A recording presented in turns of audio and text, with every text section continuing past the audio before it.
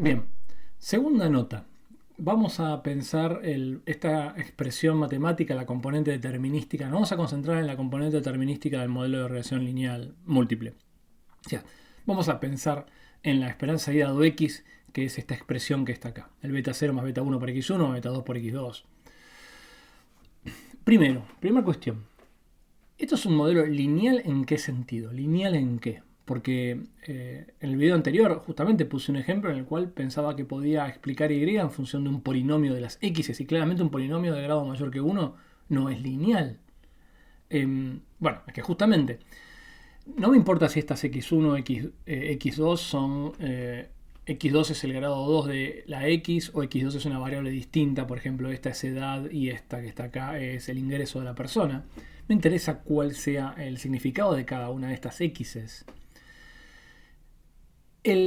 La esperanza de y dado x es lineal en cada una de estas variables consideradas en sí mismo, a lo que yo estoy llamando x2. O sea, dicho de otra manera, si x2 es una función tremendamente compleja de una variable que se llama z, pero a esa transformación tremendamente compleja de la variable z la llamo x2, yo puedo verificar que la dependencia de y en función de esta x2, o sea, toda esa transformación lineal, bla, bla, bla, bla, es lineal.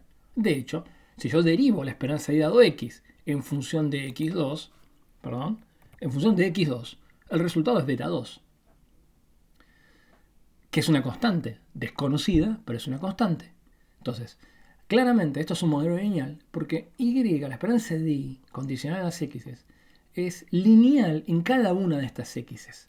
Pero eso no quiere decir que sea lineal en los atributos o covariables originales que dieron origen al modelo, valga la redundancia, y con las cuales yo creé estas variables que van acompañadas linealmente de un coeficiente beta 1, beta 2 y beta menos 1. Por ejemplo, en la situación anterior en la cual yo dije que tenía una y y una sola x, y a esa x la introducía como el componente lineal, el cuadrático, así hasta el grado p-1. Este modelo, así planteado, no va a ser lineal en x. Lo que sí va a ser lineal es en x1, en x2, en xp-1. Sabiendo que cada uno de esos, por ejemplo, x2, en realidad es un x al cuadrado. Y ese xp-1 en realidad es un x a la p-1.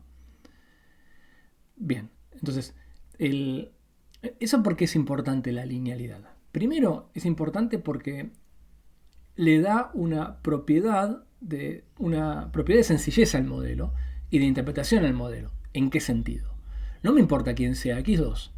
La derivada de y condicional a x en función de x2 es una constante que vale beta 2. Ergo, la interpretación que tiene beta 2 es la contribución marginal que tiene sobre y, en términos promedio, de un incremento de x2.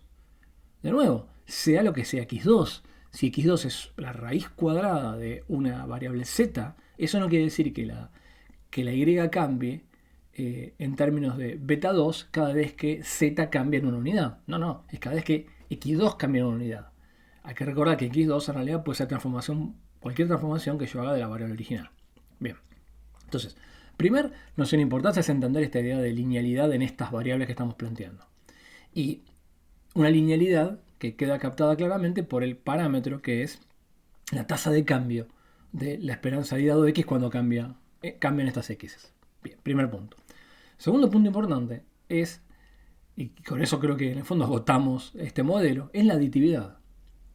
O sea, el efecto que x2 tiene sobre la esperanza de dado x, cuando digo dado x ahora es todo un vector de x, el efecto, repito, el efecto que x2 tiene sobre la esperanza de dado x se suma al efecto que x1 tiene a la esperanza de dado x. Y obviamente se suma a un intercept, que es una constante, y se le suma el efecto que tienen cada una de las variables, en particular la última, que es esta xp-1. O sea, esa idea de aditividad es muy, muy importante y es muy restrictiva, porque me está diciendo que en realidad, supongamos por un segundo que tenemos solo un modelo que tiene dos variables, x1 y x2. Me está diciendo que yo estoy explicando y por un efecto de x1 y por un efecto de x2. Pero el efecto que x2 tiene en y no guarda ninguna relación con el nivel que pueda tener x1. O sea, cada vez que yo aumento una unidad de x2, la esperanza de ida de x aumenta en beta 2. De la misma manera que cualquiera sea el valor que arroje x1. Esa noción de sumarle que los efectos de una variable se le suman a los efectos del resto de las variables es aditividad y es trivialmente claro de ver simplemente porque el modelo es beta 0 más beta 1 por x1 más beta 2 por x2, blin, blin, blin, hasta beta p-1 por xp-1. Está bien claro en el modelo. Entonces, primero, ¿por qué eso es restrictivo? ¿Por qué realmente eso es un modelo? ¿Qué es lo que me estoy perdiendo? ¿Qué es lo que no puede que podría pasar que este modelo no esté captando? Bueno, bien podría pasar que el impacto de x2 en y sea distinto para valores grandes de x1 que para valores chicos de x1. Esa idea de que en realidad diferentes valores de una variable pueden impactar en la variable a ser explicada en forma diferencial dependiendo de los valores de las otras covariables se la llama interacción. Que, cuidado, no hay que confundir interacción con relación entre covariables. O sea, hay interacción entre x1 y x2, esta idea la voy a repetir a lo largo del curso, pero es importante tenerla en cuenta. Repito, hay interacción entre x1 y x2 si lo que la variable x2 aporta a la explicación de x1 depende de los niveles de x1. O sea, fíjense que esto puede pasar incluso si x1 y x2 fueran completamente independientes. Y al revés, podría haber una dependencia completa entre x1 y x2, estar asociadas muestralmente, o sea, siempre que se ven valores grandes de x2, también se ven valores grandes en general de x1. Y sin embargo, no tener interacción en términos de la explicación y. ¿Por qué? Porque podría pasar simplemente que x2, por cada unidad que aumenta, aporte beta 2 a la explicación de y para cualquier nivel de x1. Entonces, son dos cosas muy distintas. La dependencia o independencia entre covariables o la correlación o la no correlación que haya entre covariables. Eso es algo que es, y vamos a ver un fenómeno que se llama multicolinealidad más adelante. Eso no tiene nada que ver con la variable y. Esto es una relación entre covariables. En tanto que el concepto de interacción involucra no solo a dos o más covariables, sino que las involucra en su relación a la capacidad de explicar y. Entonces, ese es otro punto importante para entender.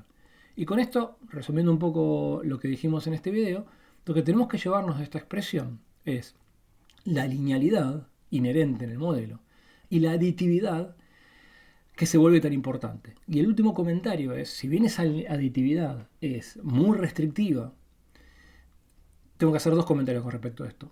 Primero, esa aditividad la vuelve, de alguna manera nos ayuda muchísimo a explicar fenómenos, incluso si los fenómenos no son completamente ciertos. ¿Por qué?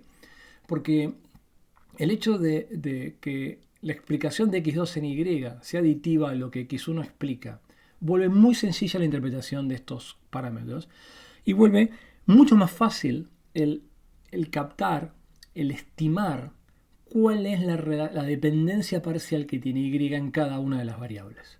Es muchísimo más fácil aproximar dependencias parciales de y en las covariables en un modelo aditivo que en un modelo que naturalmente involucra interacciones, como por ejemplo los modelos de boosting.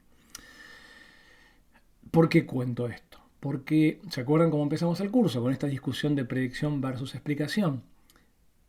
Incluso si la interacción existe, si la interacción en realidad en la práctica no es demasiado importante, puede pasar que en un modelado de la interacción de alguna manera me esté dificultando el conocimiento y el entendimiento de cómo es la dependencia parcial de y en x1 y en x2. Entonces, esto muchas veces, este modelo con este supuesto de aditividad, es un supuesto básico, pero que ayuda muchísimo a interpretar las relaciones parciales que hay entre la variable a ser explicada y las explicativas. Y otro punto importante a ser entendido es que en realidad si existiesen interacciones entre x1 y x2, ya creo que a esta altura lo adivinarán, nada me evita de crear una nueva x3 que sea, por ejemplo, el producto de x1 por x2. Y de esa manera modelar aditiva y linealmente la interacción entre x1 y x2. Entonces, de nuevo, acuérdense lo que dije antes, ese teorema de Stone-Weierstrass, que en realidad este modelo es un aproximador universal a funciones continuas en un compacto. Bla, bla. Bueno, por lo cual, yo puedo, a fuerza de aumentar grados de polinomiales de las variables y de interacciones entre ellas, tener modelos que sean más flexibles. Por supuesto, a costa de correr el riesgo de caer en overfitting. Pero sepamos que si bien es un modelo sencillo, se puede expandir para tener un mayor grado de complejidad y ajustarse mejor a los fenómenos.